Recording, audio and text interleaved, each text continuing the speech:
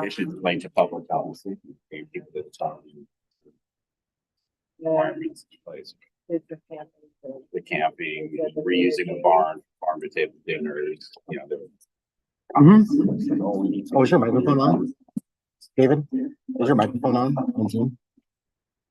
I have one thing. The microphone.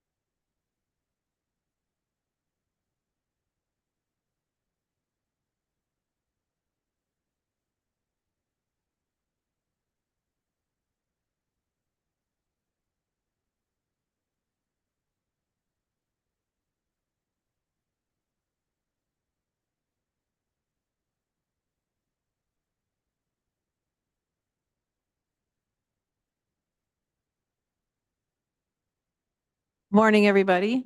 Oops. This is Stephanie Stark, Chair of the Agricultural Preserve Advisory Committee. It's 9 o'clock, December 14th, 2023, and we're going to get our meeting started. Roll call, please. Okay, I'll go from right to left. Alex, Here. David Lackey, Here. Stephanie Stark, Sergio Ricardo, Present. and we have Royce Larson attending us via Zoom. Here. Okay, we have all 5 quorum present. Okay, very good. Is there anybody here from the public today who'd like to speak on an item that is not listed on the agenda? We have not received any requests to speak, and we have nobody in the attendees column. Thank you very much. And are there any ex parte communications on any items listed on the agenda that the committee members would like to disclose at this time?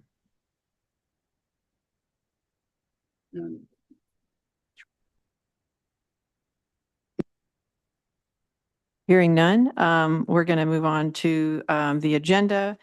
We have a number of items listed, and just for, let's see, agenda management, I did want to see if there's anybody here who'd like to move an item, either continue it or move it in a different location on the agenda. We did get a communication from a representative from Tri-M Rental Group who wanted to go first on the agenda. Are you still here? Anybody from Tri-M Rental Group? What's his name? I saw Mr. Cross raise his hand in the Zoom. Hey, Dave, go ahead and unmute yourself.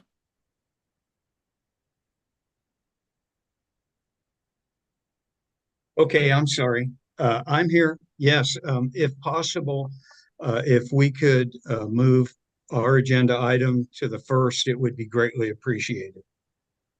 Thank you, Mr. Cross. We will do that. So we will have a Tri-M Rental Group listed under as item number 1 right before Tier 3 telecom facility under continued items. Thank you. Anyone else have any items they would like to continue or move in a different location? We did have one request for continuance.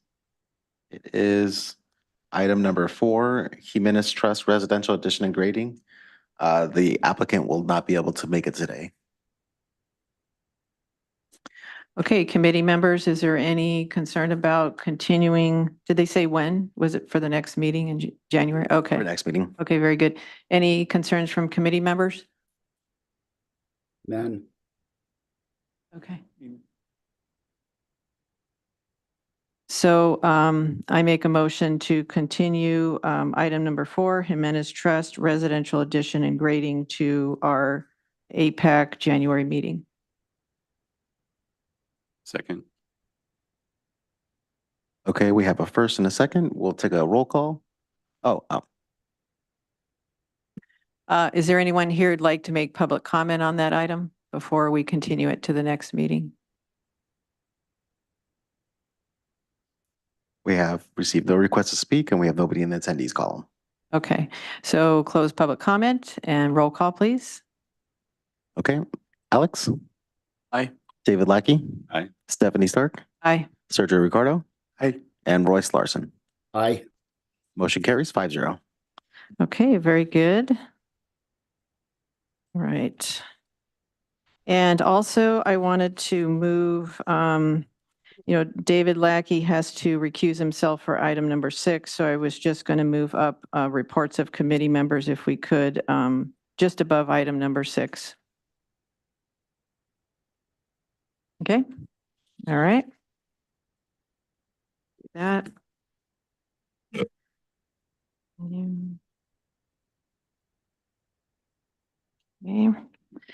Okay, very good. And let's see, that takes us to our minutes. And on the agenda itself, we have November 9th minutes. But before we do that, I wanted to make a motion to for the committee to consider the minutes from the October 12th, 2023 meeting today. Is there a second? Second. And we have no public comment on this item. We have nobody in the attendees column and nobody signed up to speak. Okay. Want to take roll call? Yes. Alex? Aye. David Lackey? Aye. Stephanie Stark? Aye. Sergio Ricardo? And Royce Larson. Aye.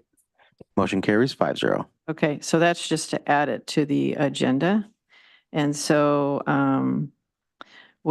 so let's consider those October 12th meeting minutes. And is there anybody who would like to make any edits or suggestions on those October 12th minutes? And I have my alternate Matthew Mayton here today who can vote on my behalf, so. Okay, I do want to make a small correction, although I'm not going to be, I can't, I won't be voting for this, but Glenn Canar from the assessor's office was present, and I think his thing should be shown as with an X, maybe.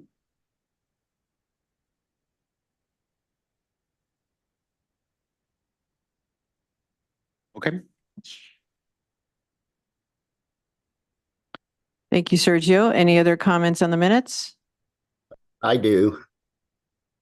I actually was not at that meeting, and it's marked as present, so. Okay, good catch. So we'll put that as just an open circle. Thank you, Royce.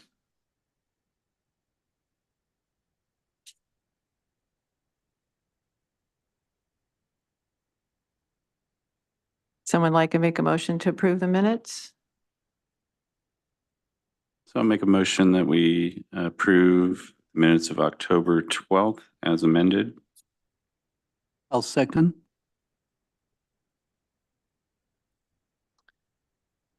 We'll check for public comment. We have nobody in the attendees column and we have nobody signed up. Okay, I'll do a roll call. Alex? Aye. David Lackey? Aye. Stephanie Stark? I'm going to have Matthew Mayton vote on my sorry. behalf. Matthew Maiden? Aye. And we don't have Glenn Canar, so we'll just do the 3-0 vote. Okay, motion carries 3-0. Thank you. Yep. Thank you, Matt. Okay, that brings us to our minutes from the December 9th, 2023 meeting. Oh, sorry. Gosh, 2 days before Christmas. Yes, the November 9th meeting.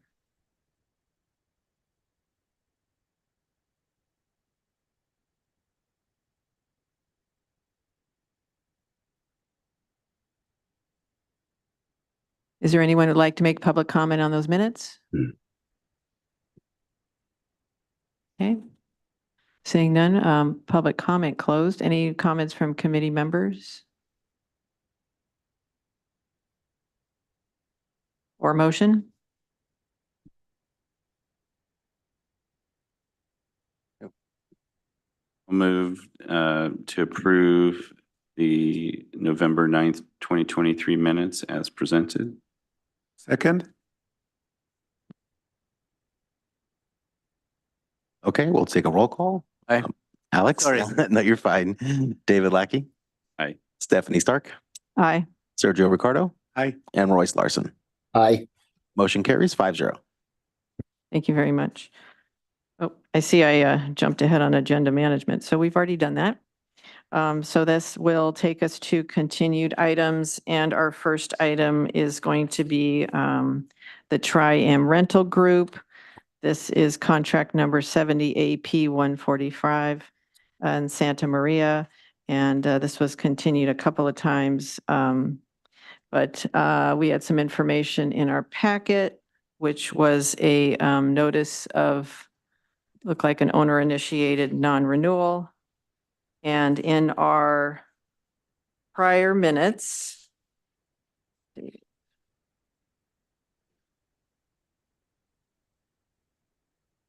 the committee considered this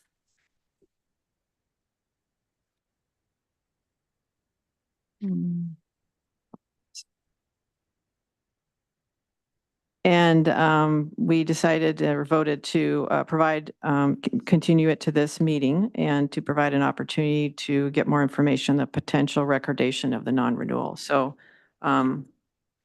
is there a representative from Tri-M who would like Yes. to speak on this item? Hi, Mr. Cross, welcome. Good morning, committee members. Yes, just to update you, we recorded the owner-initiated non-renewal. And I believe you've included that in the attachment. Mhm. I don't have much more to add to that. And so I'm going to defer to the committee for further direction. Okay, thank you. Yes, we did get that in our packet. Yeah, the assessor actually is the one that provided those documents. It's a little too loud.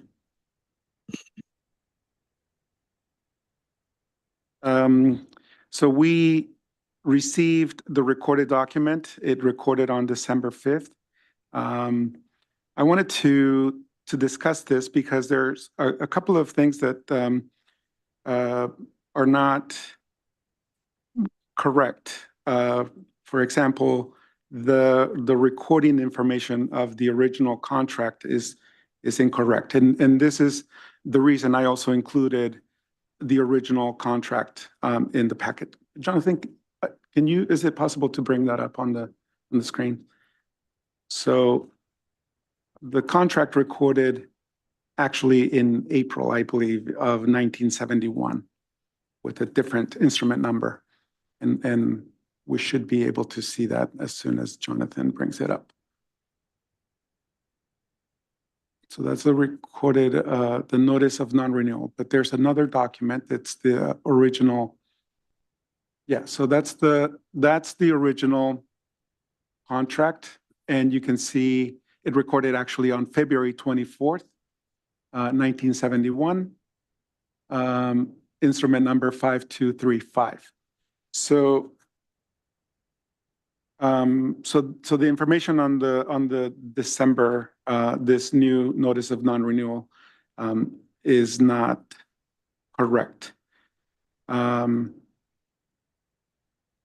think, I don't know if this is something that needs to be re-recorded. I wanted to bring it to the attention of the committee members. We know that, we know that the intent here is to non-renew this contract, 70 AP 122.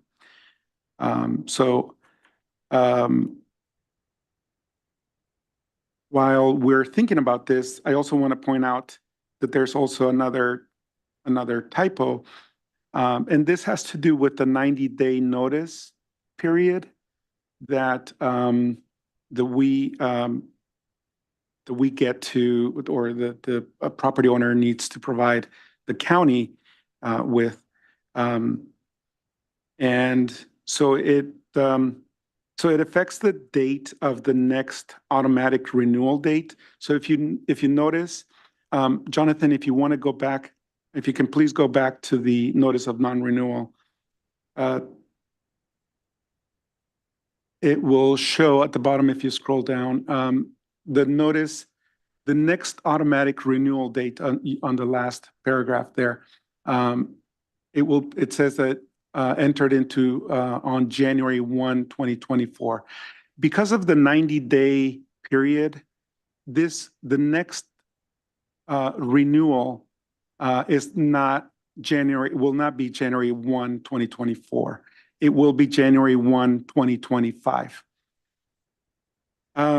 Some time ago, we were discussing how to best help property owners or contract owners with these dates. And the assessor created a calculator that I've also included on the packet here. And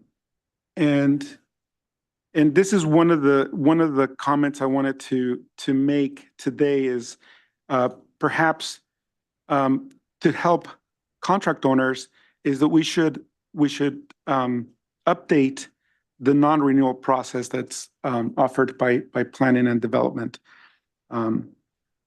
So I've also included that, the process, on the packet. So, yeah. Let's see, would you like to see? So here on the screen, you can see the calculator, which what I'm thinking is we should make available to anybody who is going through the process. And for instance, for this particular, non-renewal, which was recorded on December 5th, 2023. I don't know if you can go into into that field, Jonathan, and type in the notice of non-renewal recording date. Type in 12/5/2023. And you will see the calculator do its thing. It now tells you the 90 days after the recording date is March 4, 2024. So the next effective date of non-renewal will be 1/1/2025. So that's the date that needs to go, like I said, instead of January 1, 2024 on the notice of non-renewal. That's the date that goes there. And actually, on the recorded document, the termination date of December 31st, 2033 is correct. So, so that doesn't need to be updated. Anyway, so I'm thinking that this is something that should be available to contract owners, especially on the non-renewal process. So if you don't mind, Jonathan, can we go to the non-renewal process now? And I'll make my suggestions here before we go back to the actual notice of non-renewal that we have on hand. So I'm suggesting that we change the last, well, the bullet, second to last. It says original contract effective date. Maybe that's a little confusing, and change that to original contract next automatic non-renewal date. I'm suggesting we add those words to make it a little more clear that this is the date that is going to go under that paragraph that we saw on the notice of non-renewal, so that these people know that that's the next automatic non-renewal date. So that's my first suggestion. And then my second suggestion is on the last bullet, if we can add to the end of that paragraph, we can add see calculator attached, or maybe provide a link to the calculator so that people can use the calculator and make the calculator worksheet available to anybody who's going through the process of non-renewing the contract. Thank you, Sergio. I think those are really good suggestions. What I'm thinking for today is, since we have a non-renewal before us, maybe we can separate out the process from the application, and maybe you can propose to the committee just, amended process, and we can look at that at maybe the next meeting or the one thereafter. That's a great suggestion. And for this particular non-renewal before us, since there are some mistakes, do we typically have the owner correct those mistakes, because it is owner? Typically, yeah. The best way to go is to do a re-recording of this document. We could, and I'll defer to county council, but we can still use this as the notice since there's a recorded notice. I don't know if it doesn't make any difference, but this could be the original notice date that we can use, right? Yeah, It doesn't matter. yeah, okay. It's cleaner. Okay. Because we're well past.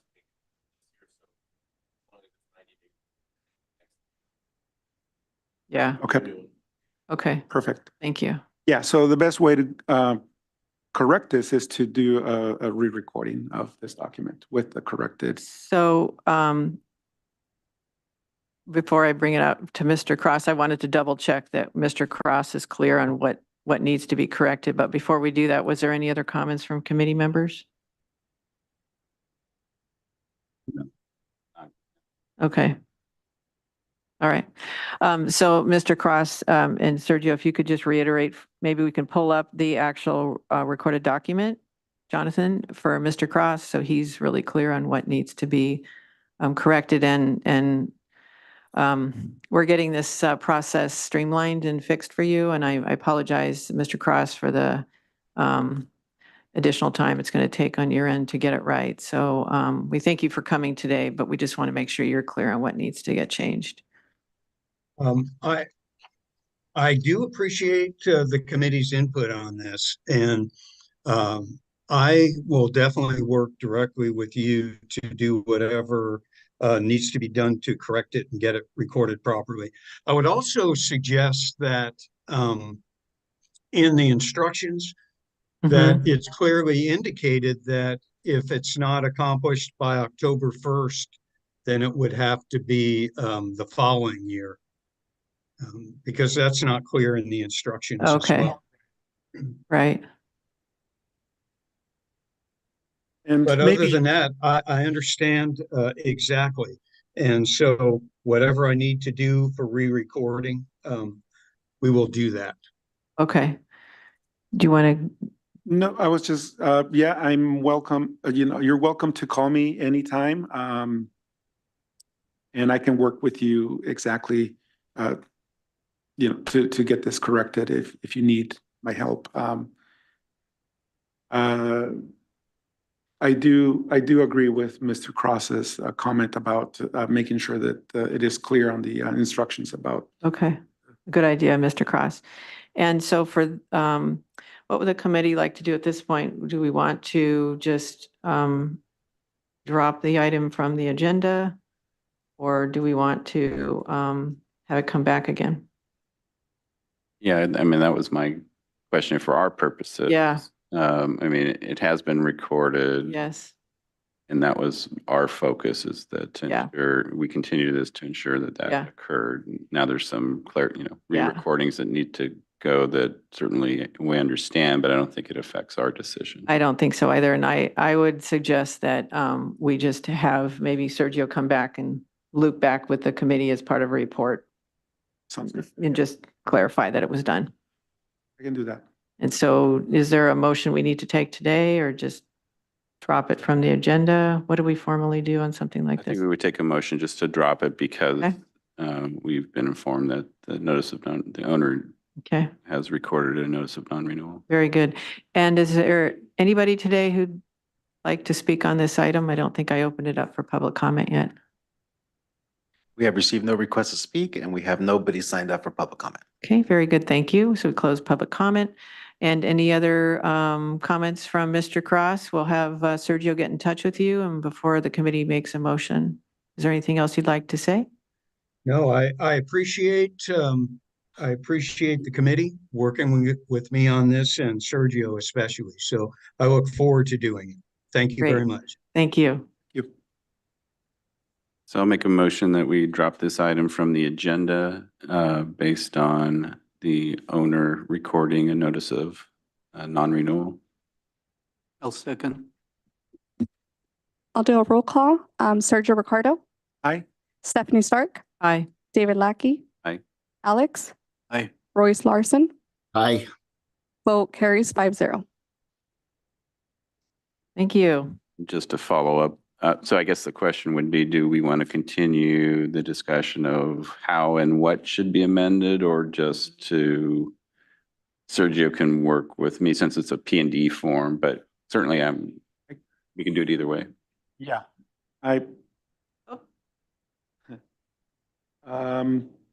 Either way, David, if you, We have, hello? This is an Ag Preserve Advisory Committee. I think we have somebody who needs to mute their mic.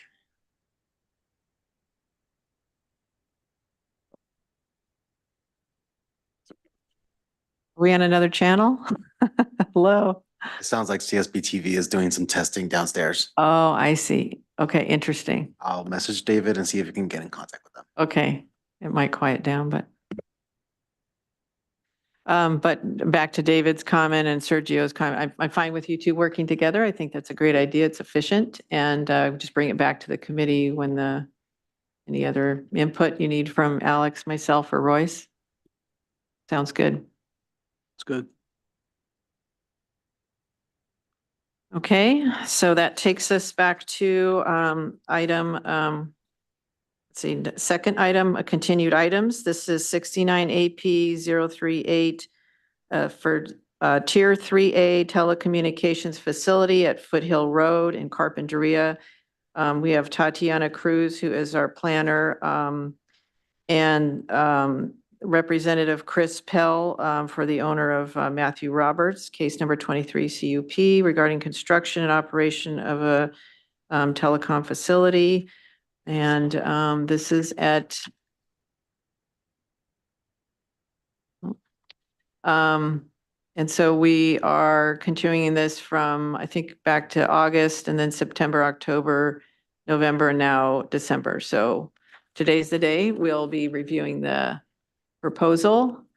And David Lackey, or he's pulling that up. Oh, sorry, David. I think it's Jonathan Martin is pulling that up for us. Thank you, Jonathan. And is Tatiana here from Planning Development? Yeah, this is Tatiana. Yes, I'm on the call joining remotely. Thank you very much for joining us today. We always appreciate when the planner attends. And is Mr. Pell here from an agent representing the owner? Hello, my name is Megan Graham. I'm representing the owner. My colleague Chris Pell wasn't able to make it today. Okay, terrific. Thank you, Megan, for joining us today. We do have items. It wasn't in our packet, but it was in previous meetings. So would you like to give us a brief overview of the proposal? Yes. Either the planner or the agent. Go ahead.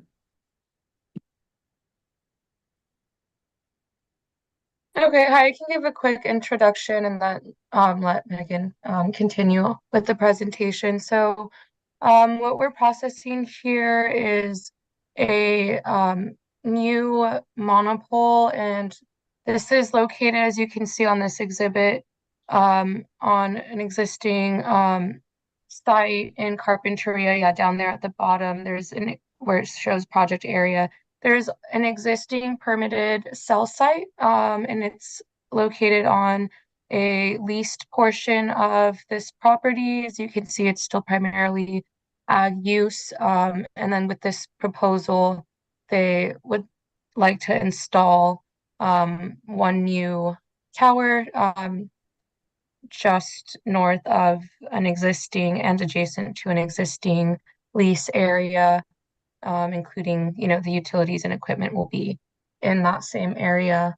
And I also included in the materials just the project plans and the non-renewal notice that they recorded, I think, in 2022 or 2021.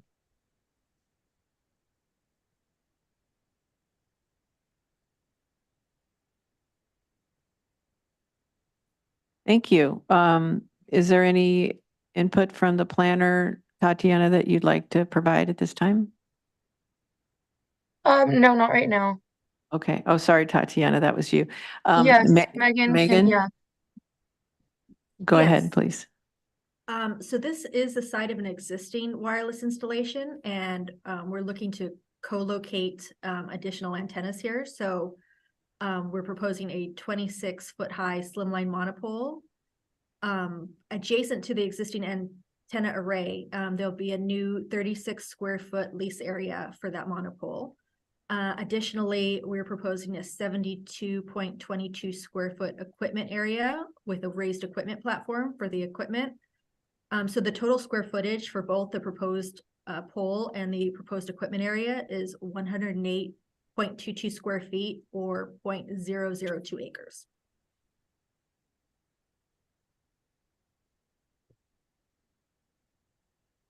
Thank you. And what is the agriculture on the property?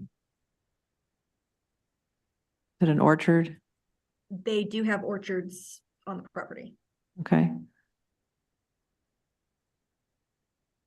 I was just gonna, even though this has been continued a couple of times, most of us may remember that I believe maybe earlier this year, we reviewed the request for the farmland security zone contract, which we recommended for approval. So even though there was reference to non-renewal, once that contract gets approved, and it may have already, haven't checked the board agendas, whether it was approved in November or early December by the board, but presumably it'll be in place for next year. Yes, the new contract has recorded already, and I'll give you a new number in just a second. I'm bringing it up on my system. The numbering for these farmland security zones are a little different in at the assessors, on the assessor system. So the new contract number is 22-FC, C as in Charles, -011. And the number is related to the actual, what do you call it? Sorry? Yeah, the contract. Farmland security zone Farmland contract Security zone. versus the planning. Traditionally, it would be like 22 AGP. Exactly, AP. Right. Exactly. So we use FC for farmland security zones. Anyway, so the contract number for this item should be updated to show as, like I said, 22 FC 011. And it recorded, it's already recorded, and so it is effective on 1/1/24.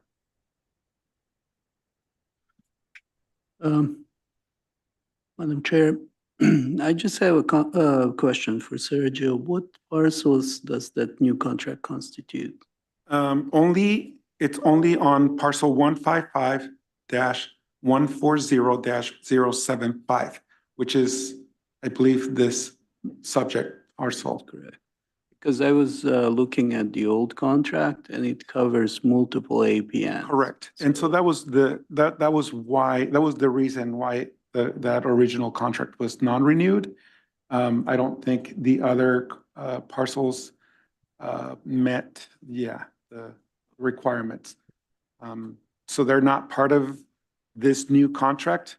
Those other parcels are now in non-renewal status. Thank you. Okay, I wanted to see if there's anybody here from the public who'd like to speak on this item.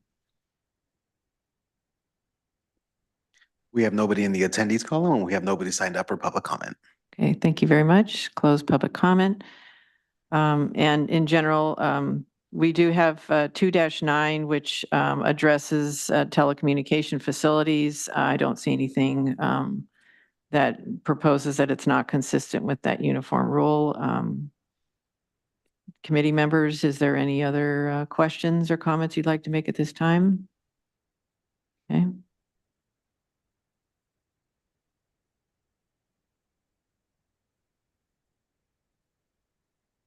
So I'll make a motion that APAC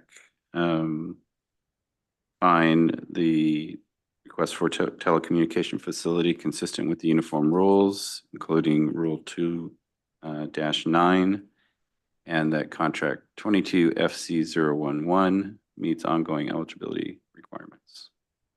Second? I'll take roll call. Sergio Ricardo. Aye. Stephanie Stark. Aye. David Lackey. Aye. Alex. Aye. Royce Larson. Aye. Vote carries 5-0. Thank you. Thank you very much. Okay, that takes us to item number 3, which is the Matthews new single-family dwelling. This is Ag Preserve Contract 23 AGP 8.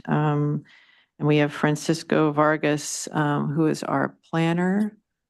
And perhaps he's here today. I don't see his name, but hopefully he'll be joining us, or a planner representing the county. But we also, Brett Jones is the agent for the owner of Scott Matthews. This is case number 23008. Oh, sorry, that's the Ag Preserve number. It's 23 LUP 368. And this is for a proposed residence, garage, porch, and attached ADU. And we also consider the consistency with the uniform rules. And it's one parcel located at 6200 Santa Rosa Road in Lompoc Valley. And we got a lot of information, complete packet in our pre-meeting information. Okay. And Francisco, great, Vargas, you're County online Planning here. here. Yeah, Fine, I just didn't want to interrupt. Very good, thank you. And I see Brett Jones's name as well. Good morning. Thank you for joining us, Francisco. We always appreciate when the planners come to the meetings. It's very helpful. So Francisco or Brett, would you like to do a brief overview of the project and get us oriented, please? Sure. Good morning, everyone. Francisco, thanks for attending. Also have the property owner, Scott Matthews, is on as well if we need Scott. So this is a little over 200-acre parcel on Santa Rosa Road that is a vacant parcel. It did have a barn that I believe was built without a permit from a previous owner. Scott purchased the property. It's been at least a few months now, maybe 6 months. So he's a new owner and is proposing his residence here, as you'll see just off the road. You'll see some historical, you can kind of see underneath roads on the property. So we're using and improving a existing historical ag road as the driveway to the residence. You'll see our 2-acre envelope shown there. But the residence does have an attached ADU on the corner of the garage. So that's all, consistent with uniform rules inside the envelope. The driveway the property is used in relation to a cattle lease with 2 other adjacent contiguous properties. That's been a historical cattle lease that Scott has taken over now on his property. There are, as you span out, you'll see a spring and some cattle troughs. The actual well for the property is across Santa Rosa Road. It's a river well. So it's a dedicated well to his property with easement documentation.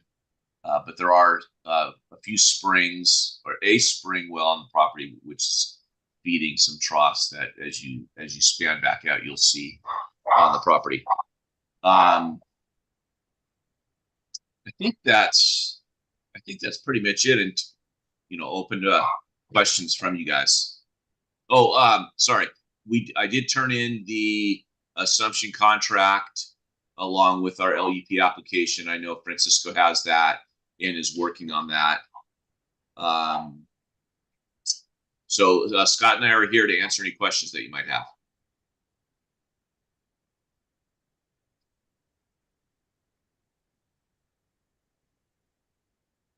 I just had a question for Sergio, and you don't have to answer it right now, but just in terms of maybe a regular check, this popped into my head again. Has this contract been submitting the annual survey? Yeah, thank you for the question. Yeah, the previous owner was always responding to the annual questionnaire. We will be sending, just so everybody knows, we will be sending the new questionnaires in January. And so I just want to encourage the new owner to, when he sees this questionnaire, that it's a requirement. We like to know any updates to the contracts as they happen. So he will be getting one every year. Every January, January is when we send them. So, but anyway, to answer your question, David, yes, we've had good responses.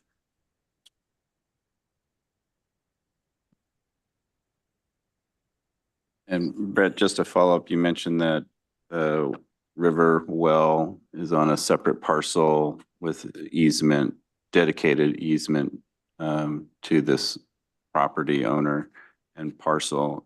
Is the location of that well on a parcel that's in this contract, or is it's outside of this contract? I'm sure it's outside of this contract.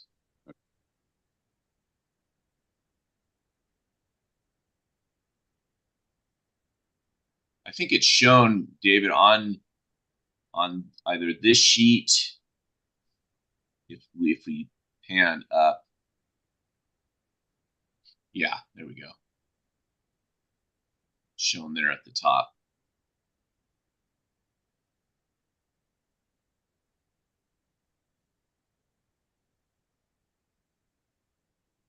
There you go. Thank you.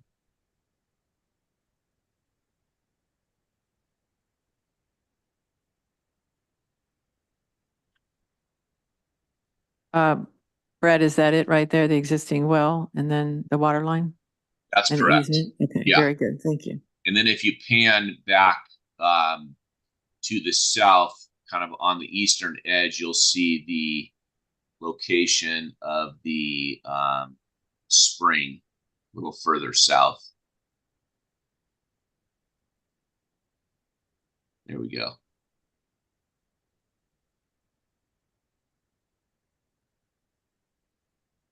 There. Yeah, thank you.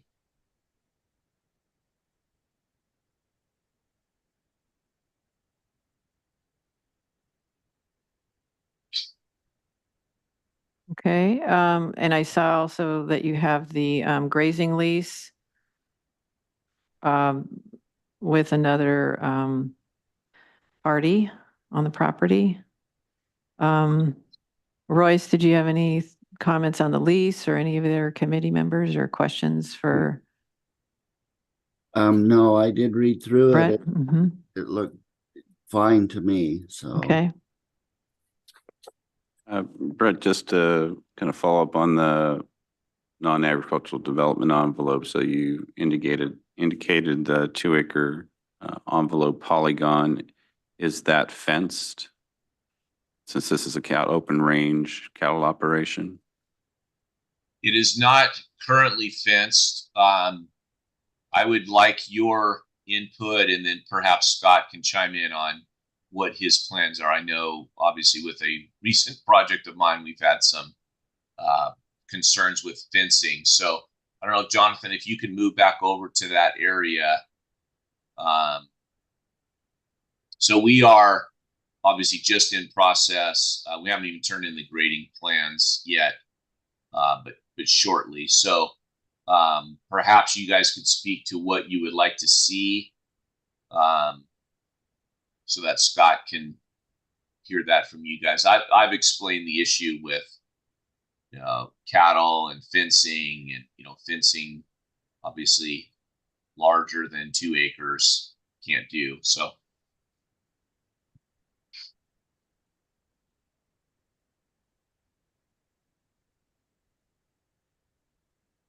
yeah, I mean, and essentially, I mean, the envelope is the vehicle that's used to kind of identify those either personal or non-agricultural uses generally associated with the principal dwelling, but it can include outdoor amenities, landscaping, pools, beach hash garages, things of that nature. And so in order to kind of define, and there's limitations with that, in terms of consistency with the uniform rules. And so the particularly for grazing operations where we're looking at ensuring that the cattle have access available areas for grazing. fencing around that envelope is often required, both for defining the limits of the boundary, but also the, more of a practical matter to keep the cattle out of your personal area. And so, sometimes there's natural features where you don't need to have fencing because it's something that the cattle are just not going to be able to access. And so that's understood. So I would take those principles in terms of trying to define the area.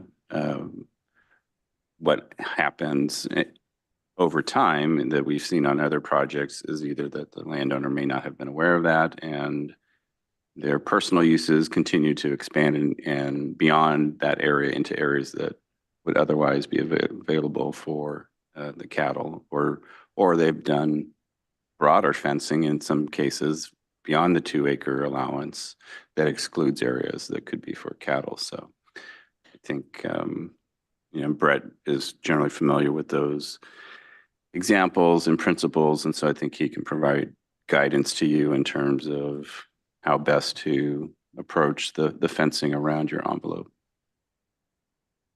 And David, you mentioned something that kind of made me think about this too, about the access that the cattle have. So I guess the question is to Brett, do the cattle go near the house? Are they there? And I think this also has to do because then we have to determine whether the driveway is also dual use, right? Not just specific to the home site. Because if it was just specific to the home site, then it should be part of the home site. So the question is again, Brett, if the cattle do have access to that area of the property. Yes. Yeah. My understanding, Sergio, and Scott can chime in here too, as well, is that the cattle have access to the entirety of the property, so that entry road would be part of a dual purpose, would also allow trucks to get up to the home site to either drop off cattle or, get someone on site that would need to address cattle, or get, horses if someone needed to get out to get other areas. But I haven't specifically talked to Scott about where the fencing, how much he's going to fence. I believe, as you were speaking, David, so much of this is topographically would be difficult to fence that it's not going to be an issue. But I just wanted Scott to hear your guys' thoughts on the fencing. So I don't believe there's any cross fencing that exclude cattle from anywhere on the property at this point. And I understand Scott to want to leave it that way so that historical operation can continue.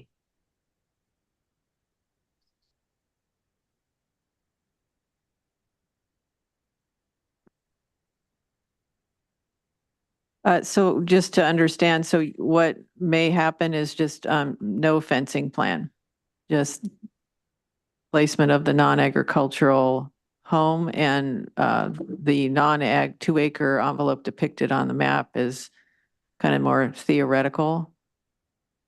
Correct. Okay. And the terrain would essentially serve as a barrier.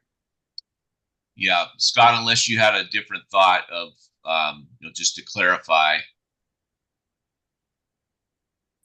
Well, the housing area will be fenced to exclude the cattle, and there will be a gate at the driveway for access to that fenced area. The fencing would take place within that development envelope. So your fenced area would be actually smaller than the 2-acre envelope. Most likely, yes. And the driveway access from Santa Rosa Road will also connect outside the fence to the existing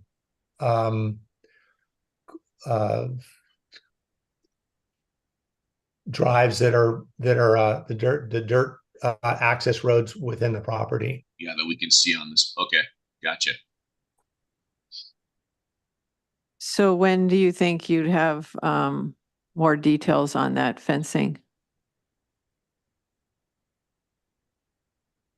The intent is to complete the fencing within, but very close to the outline of the development envelope. Okay. What I'm thinking just for committee members is to have the planner and or the owner come back to another meeting to show us where the fencing plan would be for this property. I mean, I mean, what's shown as the development envelope is the fencing plan. Oh, I'm sorry. I thought you were saying that there would be no fencing around the structure there. It would just be around the driveway.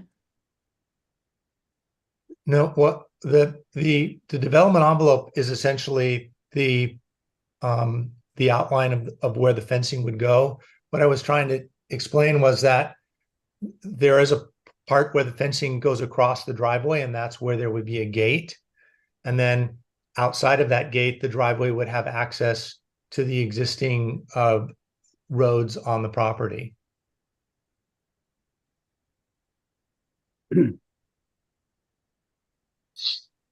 So there would be two gates. There'd be a gate at Santa Rosa Road to obtain access to the property, and there'd be a second gate almost at the end of the driveway as you enter the development envelope to prevent cattle from coming inside that development envelope area that's fenced. And so that first segment of gate that you talked about, that first segment of access road between the two gates, is that used just to access the property, like the residential structure, or would that be to access the agricultural on the property? I'm trying to determine if it would fit into the non-agricultural envelope or not. The Just trying to segment of get the a road picture in my mind. outside the non-agricultural development envelope is to access the envelope, but it also is to access the existing roads on the property. And if you can see, there's a light line that connects to the existing road out to Santa Rosa Road, and that's used to access the remaining 198 acres on the property, and that's all existing. So we're using the existing road for the driveway, but we're just going to fence that small 2 acre development envelope to encompass the house area to exclude cattle from that area. I see. And then where it shows right now, the non-ag development envelope, that is going to be where the fence would actually be placed. Yes. Okay. Exactly. Okay. Thank you for that clarification.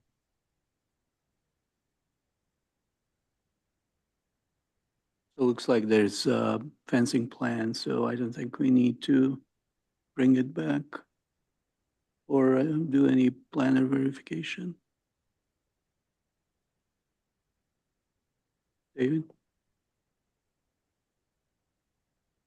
We could add that note at the envelope and just, clarify that this is also the fencing plan for Francisco. Yeah, thank you, Brett. I think that's helpful. I mean, my initial thought was I had less concern if they were going to keep most of it free range around the house, if they were uncertain exactly in terms of the fencing. And then with the better understanding on my end that the fencing is actually going to mirror what they're depicting as a non-ag development envelope. I think it's just a confirmation that it doesn't get put into place larger than that. And I think we can achieve that just by adding a note to our motion that the planner verify that the fencing does not exceed the allowance for the 2-acre development envelope. And just looking at the picture that's up on the screen right now, it doesn't mention anything about fencing. So if we can just have that change to say something about that this is showing fencing. Sure Because thing. right now it just says non-ag development envelope. Yeah, we'll add a note there for the plan and get it to Francisco. Okay, very good. Yeah, I'm fine with that. This is Francisco here. Thank you, Okay, guys. very good. Thank you, Francisco. Let's see, I'm going to see if there's anyone from the public who'd like to speak on this item. I see a head shake, no? We have nobody in the attendees column, and we have nobody signed up for public comment. Okay, very good, thank you. Close public comment. Any other comments or questions from, well, let me ask, is there any other comments from the planner, questions from the planner or from Brett or the owner? Scott, is it Scott? Yes, I don't have any questions. Okay, great, thank you. So I'll bring it back to the committee. Any other comments, questions from the committee or a motion?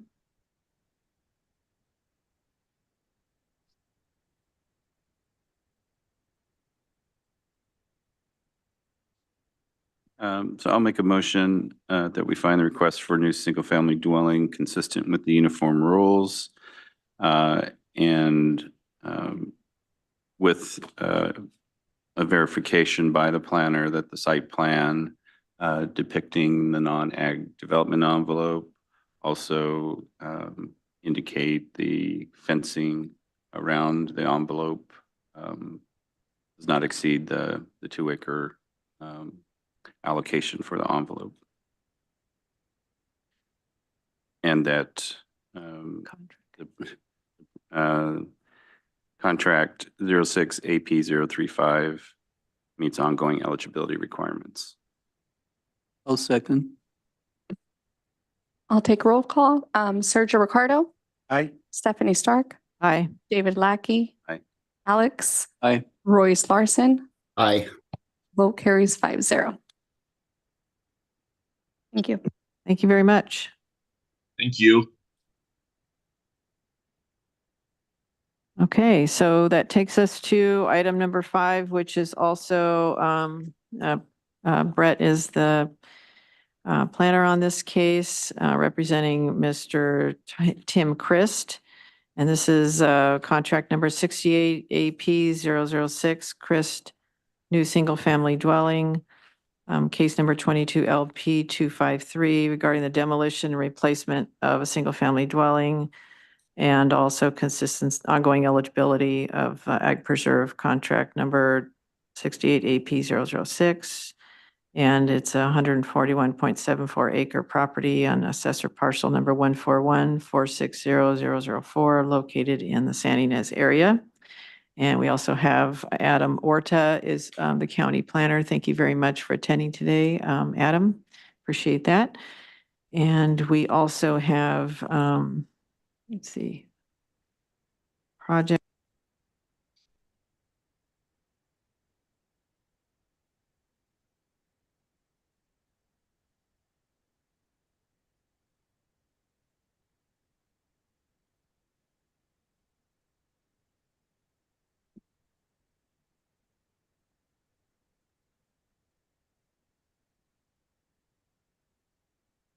Stephanie, can you hear me? Yes, I can. Oh, you went mute for a minute or two. Did I? Okay. Yeah, it's some funny thing with this button here. So go ahead and you can start us off with an overview of the project if you'd like, please. Great. Our planner, Adam Orta, is here as well, and the property owner, Tim Christ, is on as well. I'll give you a quick overview.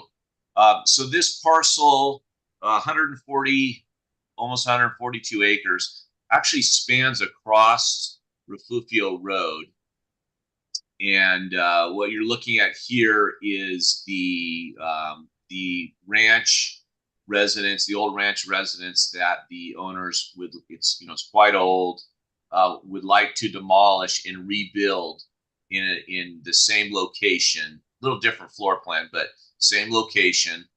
and we've identified it there with the 2-acre envelope. There is an existing older building that was converted to an ADU that's also within the envelope, and then a number of ag equipment and vineyard storage barns throughout the property.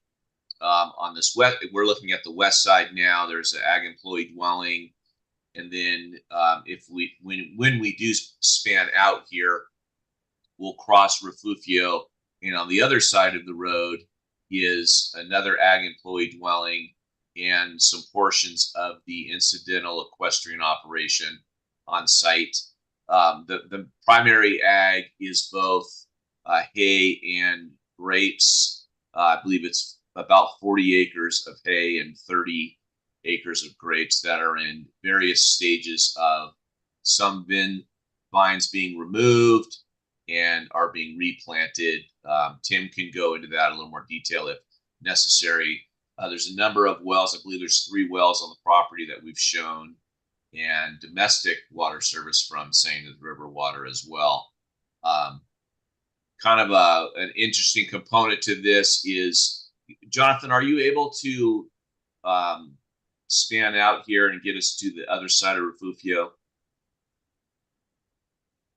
Super, great. If we go up above that hayfield, the previous owners or the historical owners have numerous parcels, and Tim now has 3 of those parcels. You'll see a large covered arena that actually spans a property line, and we're in process, and Tim is the owner of the contiguous parcel as well. We're in process of trying to develop a plan if we're going to, in the future, do a lot line adjustment, or potentially I've been talking to planning and development about a parcel map that would actually separate the parcels, and we would bring in this contiguous parcel, which is a 5 or a 6 acre parcel, into the Williamson Act with a new parcel on this east side. So that's one of the components of our land use permit is what are we doing with this arena? We've proposed to remove the portion of the arena that is spanning the property line. So that's another little interesting tidbit as part of the project. But I think that's everything. I got our uniform rules listed there. We've got the envelope for the incidental equestrian area over there for where the arena is located. And I believe that's it. I did ask Tim about questionnaires. Sergio, you may need to confirm this, but it sounds like potentially they haven't turned in a questionnaire this year, but I'm not exactly sure on that point. Yeah, Brett, I looked into that, and the property was acquired by Mr. Christ in 2019. And no, they haven't responded to any of the questionnaires since they took ownership. So I would ask that they do one before we can approve this project. Got it. Taking myself. Especially, and I can, especially because of all the plantings that are there. We don't have any information on the county doesn't have any information on the specifics of the plantings, the types of the varietals of the grapes, or any of the other land uses, which is typically what we ask for on the questionnaire. Understood.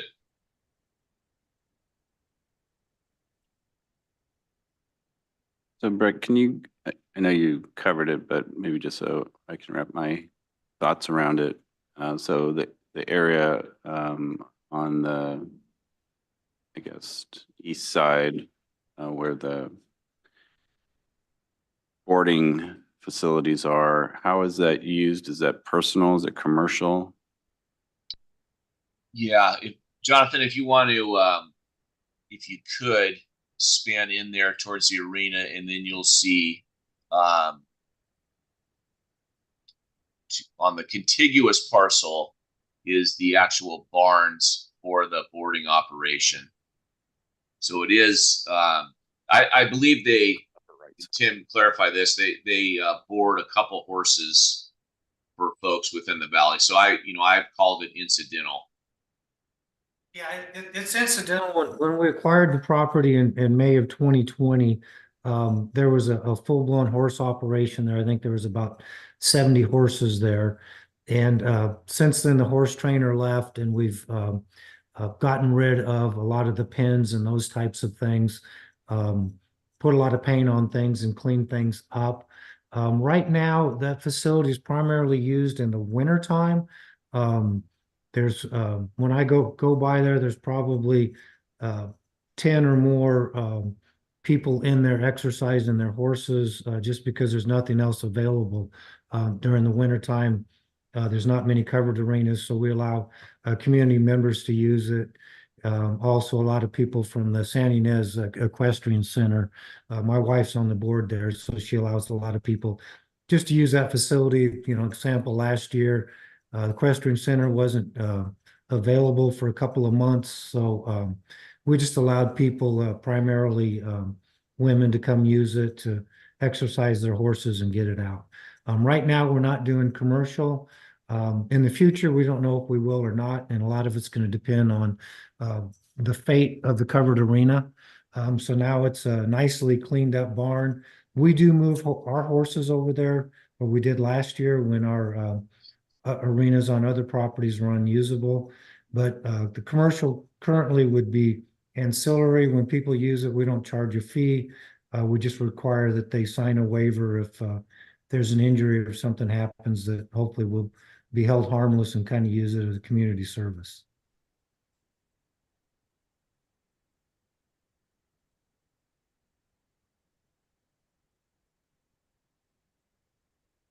Was I on the mic?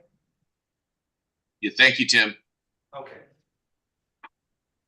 So Brett, in that same area, is, in terms of you had discussed that that existing arena is split by the parcel boundaries, the two different lots, and is that going to be resolved as part of your application, or it's down the road that you're still deciding whether or not you do a map or a lot line adjustment? Yeah, Adam may need to speak to this, but we did put it on the application.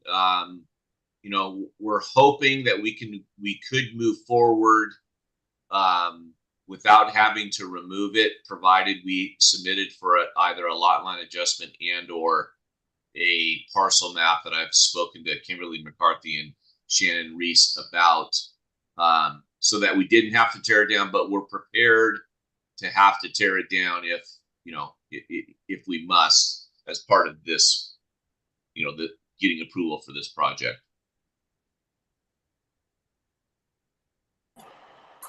Hey, good morning, members of the community. This is Adam, the planner on the project. I think one of their site plans mentioned that a portion of it would be demolished.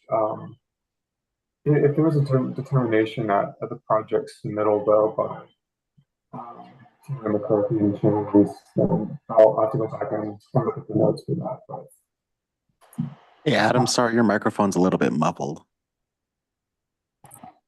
oh, I'm sorry. Is that a little bit better? Much better. Okay. Yeah. Sorry, this is Adam again. I'm not too sure of that determination. I'll have to go back and look at my notes and get back to Brett on that.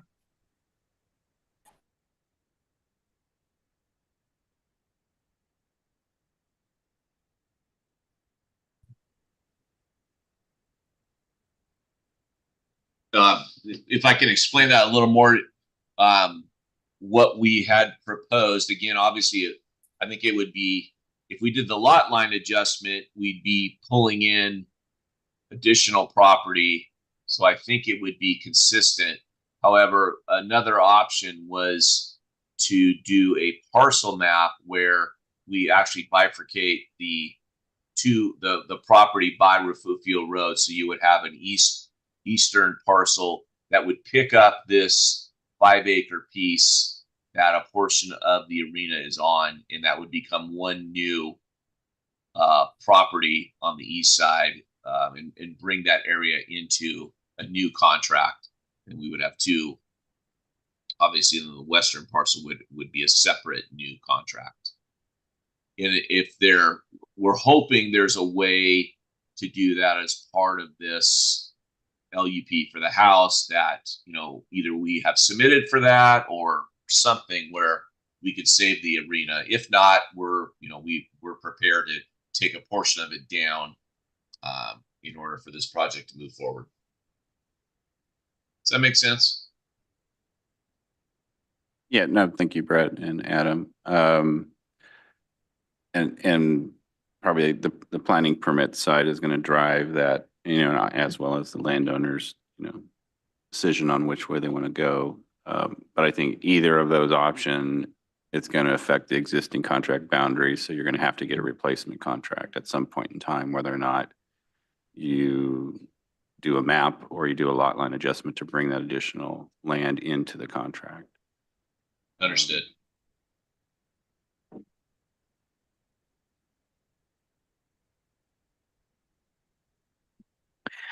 Okay, I'm going to take this opportunity to see if there's any comment from the public at this time. We have received no requests to speak and we have nobody in the attendees column. Okay, thank you. Close public comment.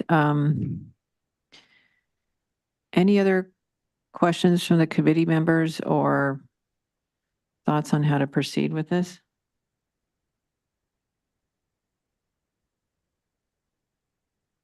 I have some thoughts that I'd like to get some input. So,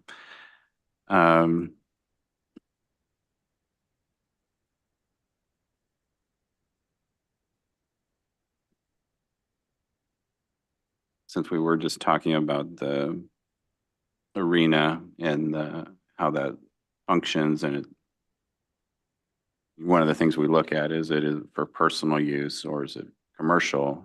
And in this case, it's kind of in between. It's not necessarily personal. They make those facilities available to the community.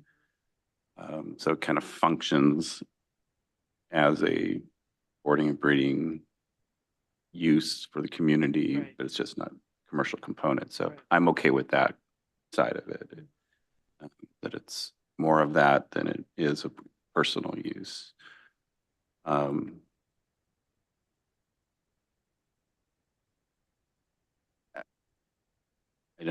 I wouldn't want, if that was the only issue, and with the arena spanning the boundary, you know, one of our actions is to find that the contract meets ongoing eligibility requirements. Well, that's muddy if you looked at that just issued. We know it needs to get resolved. If that was the only issue, I think I would be comfortable moving forward, at least with a recommendation just on the proposed single-family dwelling site. We have been the committee supporting the assessor's office and trying to encourage higher reporting rates on the annual questionnaire. And one of the small things that we can do is to not take action on a request until that gets submitted. And that would be part of my motion, is that we would continue this item until that questionnaire is submitted. The good news is that I can send the 1/124 questionnaire, so the property owner can. And you're about to send the new I'm one. about to, so yeah, so I can provide the brand new one. They don't have to respond when they get. Last year, right. Yeah. So that I just throw that out as I agree. Yeah. a potential part of a motion, even if we were completely comfortable with everything else. So I didn't have any other questions on the home site at this point. What about the discussion about if it would be a lot line adjustment or a tentative parcel map? That was to resolve the other side of the road, the east side of the road. How do we wait to hear how planning wants to proceed on that? And we continue it anyways, we'll get that information from, probably from, Adam or Brett. Right. I mean, I would think one of the things the planning development will do is take a position on whether or not they can continue to process the application for the single-family dwelling with that issue. Or does that issue need to be resolved concurrently with this? So even if, I think it's on that planning side. Yes.